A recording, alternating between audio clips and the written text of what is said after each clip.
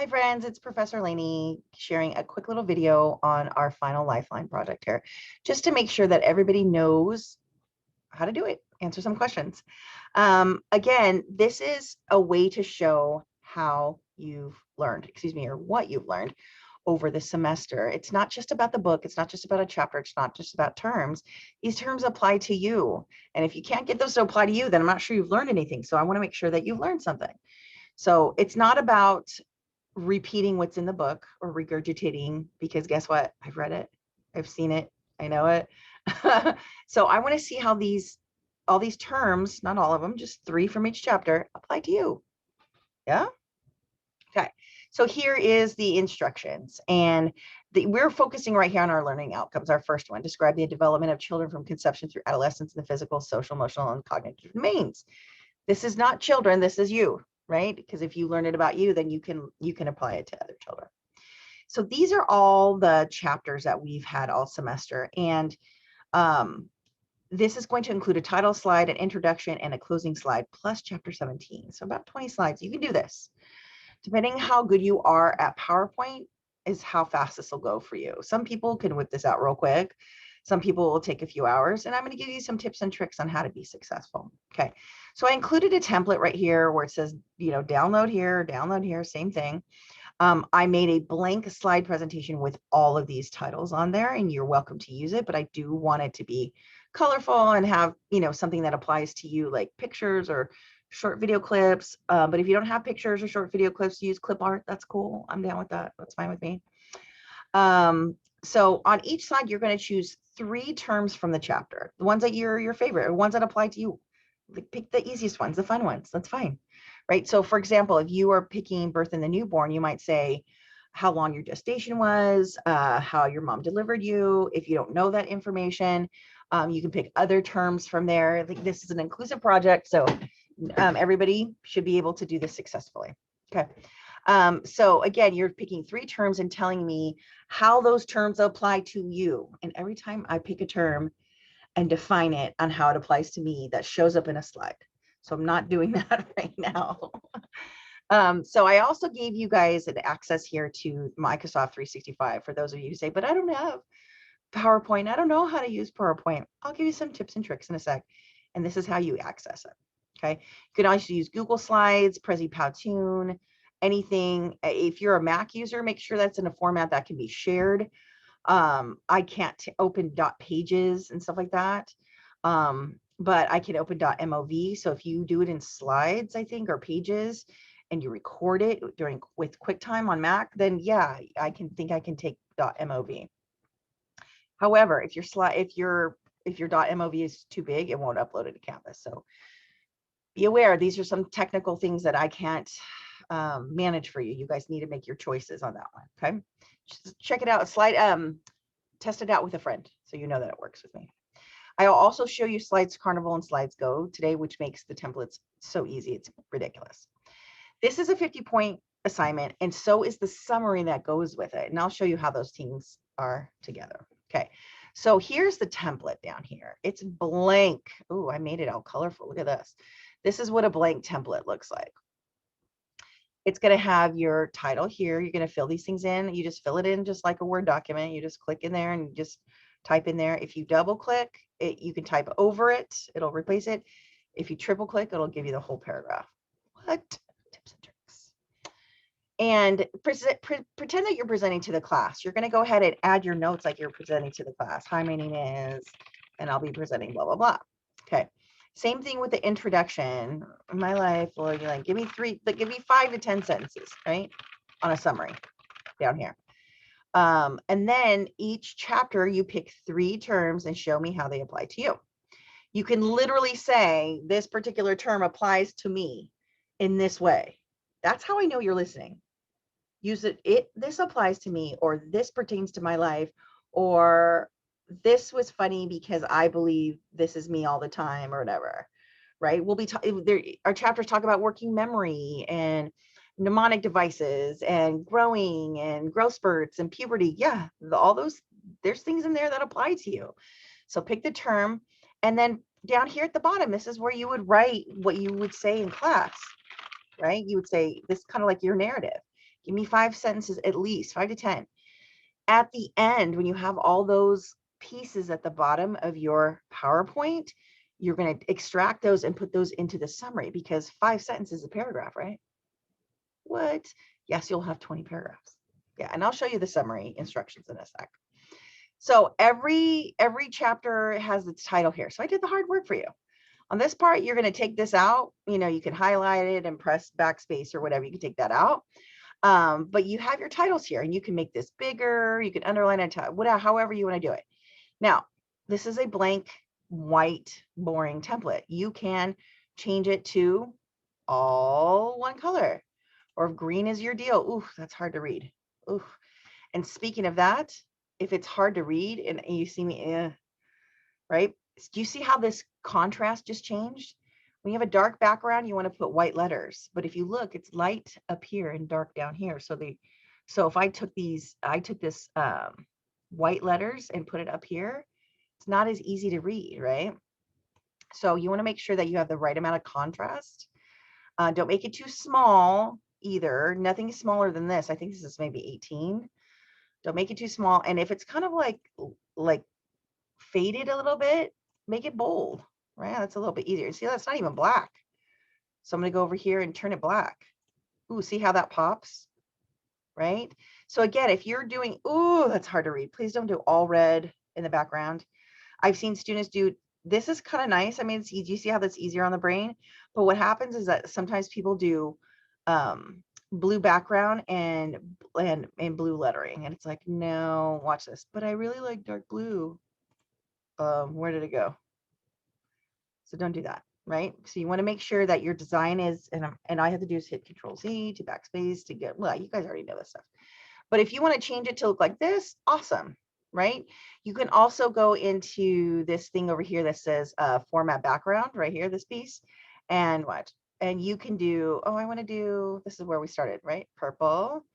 You can change, you can even upload your own picture back there. You know, you can title that. You can do all this stuff.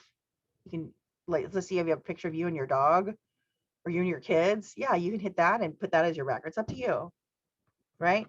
And then, right, so if you hit apply to all, it'll apply to all, but right now it's just pink and one.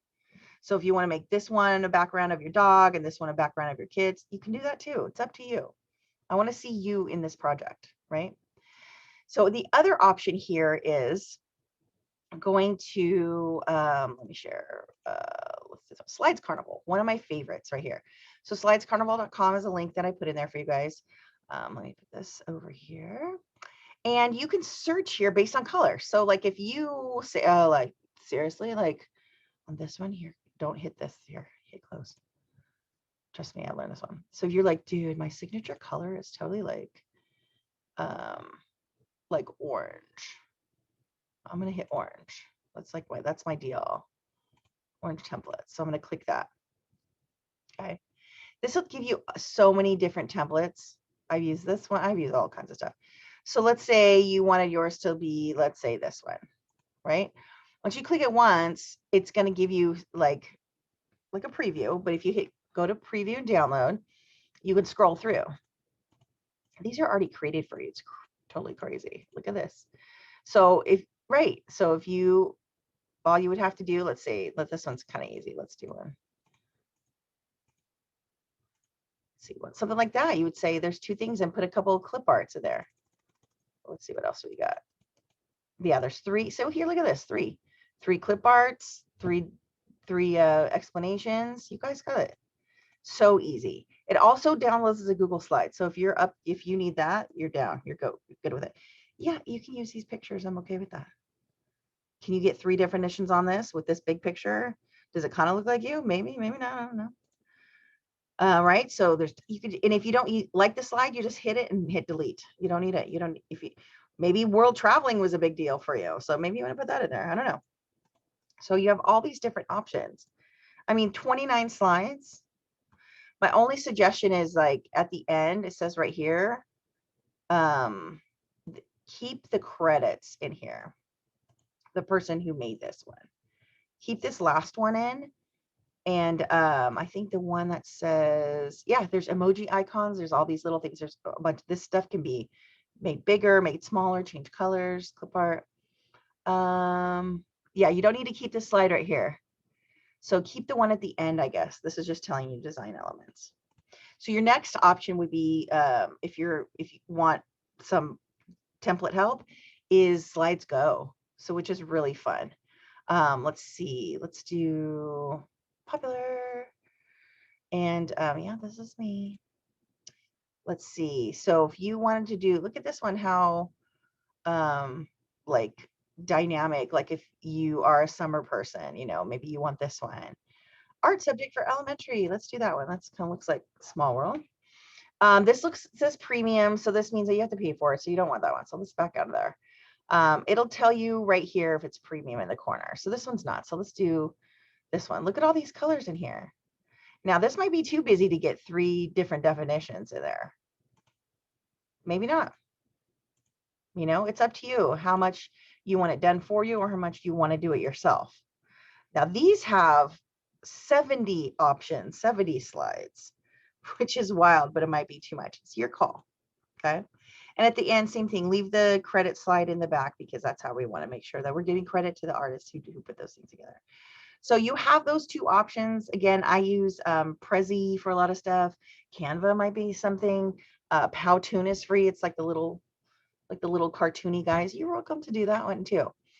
So again, at the end of all this, you're going to take, it says right here, all your instructions. You're going to write the next explanation under the notes, and then you're going to pull the notes into the summary. So let's jump over to the summary. Okay. So again, under assignments, going a little slow today, which is not a big surprise. Canvas gets fussy at the end of the semester. So your lifeline paper is basically what you did over there, just the word parts, and put it over here, right? You're going to submit one large document with a bunch of different paragraphs. I would say 1 paragraph per slide, right? And then you have to answer 2 questions. So you could say slide summary in the first section, which I'm not giving you a page limit because 20 small paragraphs could be 3 pages, it could be 5, right? But you've already done the work over in the slides, so don't freak out. Just make sure it's not a bulleted list. So you can put bullets under your slides. Doesn't bother me. That's usually what I do when I'm talking. And then when it comes over to like a narrative, you have to make it like a narrative. And again, it has to be collegiate. So 1-inch margins, 12-point font, double space. Yeah. Okay, good. So again, you're going to, at the end of your summary, you're going to answer these 2 questions. Okay. Describe the development of children. Okay. Let's see. Physical, social, emotional. You know what? Let's do this one. Because you are presenting that developmental piece, you don't have to answer number 1. In fact, I'll change that a little bit. You're going to answer number 2. So this whole project covers number 1. The slides is number 1. The summary is number 2. Critically evaluate cultural, economic, political, and historical context that impacts children's development, your development. Okay. So I give you examples right here. People are like, ew, that sounds really hard. What do you mean economic impact on children?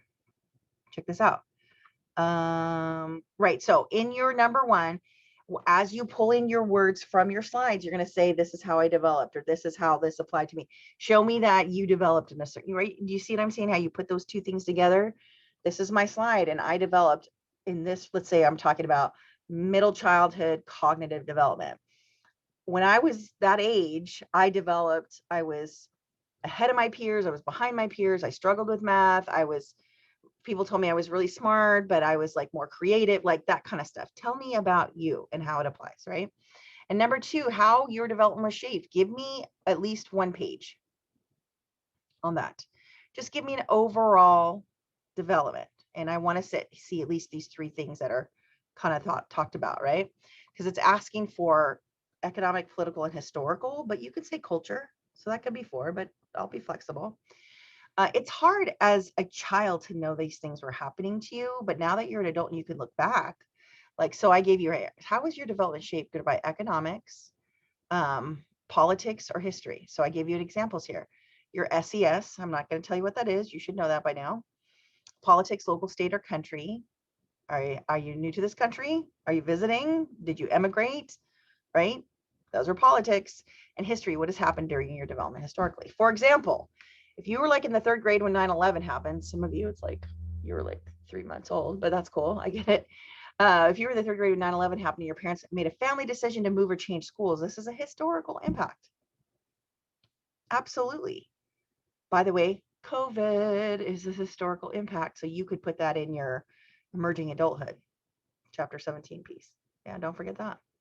Yeah, COVID's a big historical situation. It's also political and economic, but you can make your choices there. And then like if in 2007, when the entire economy fell apart and your parents lost their job and had to move in with other family members, this is an economic impact on your development. I can tell you in 2007, yeah, I had a new baby and I lost my job. So yeah, that was an economic thing that I got to stay home with him. It was great. But yeah, he didn't know, but that, yeah, impacted his development that I didn't have to work for 2 years, which is great.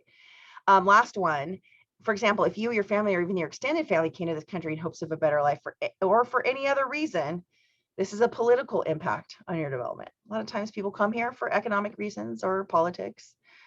So again, how do all the slides that outline your development include, because we want to see your critical thinking piece on this. Okay. Now, again, 50 points on this as well. So if let's say you don't do this last part back here, yeah, it's probably going to be at least 40 points and down. So if it's up to you if you want to take the B, or, depending on how else you do, it could be less. So like, make sure you give it at least 1 page on this part. That's like 3 small paragraphs, right? And again, you can always put culture here. Like, how does your culture? Well, I was raised very strict or very isolated. I wasn't allowed to have a cell phone until I was 22. Like I have heard stories like that. So again, there's a lot of things that you could put like are overarching impacts in your development. So there should be at least 20 paragraphs plus this last page.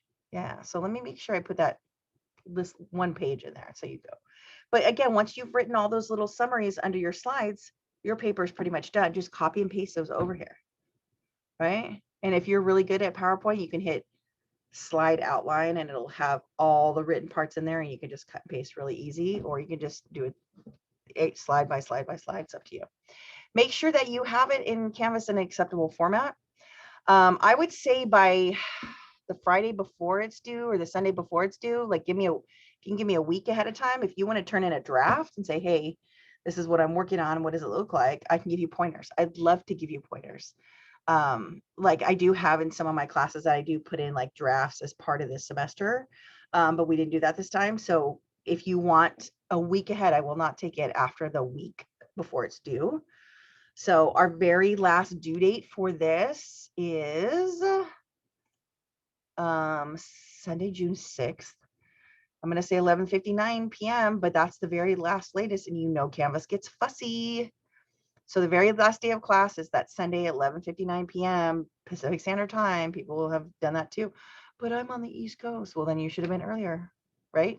So there's a thing there. Like, don't wait till the very last minute. But now that you're going to see this video, you can play it several times. You can rewatch it. If you have questions, ask them now. Don't ask them later.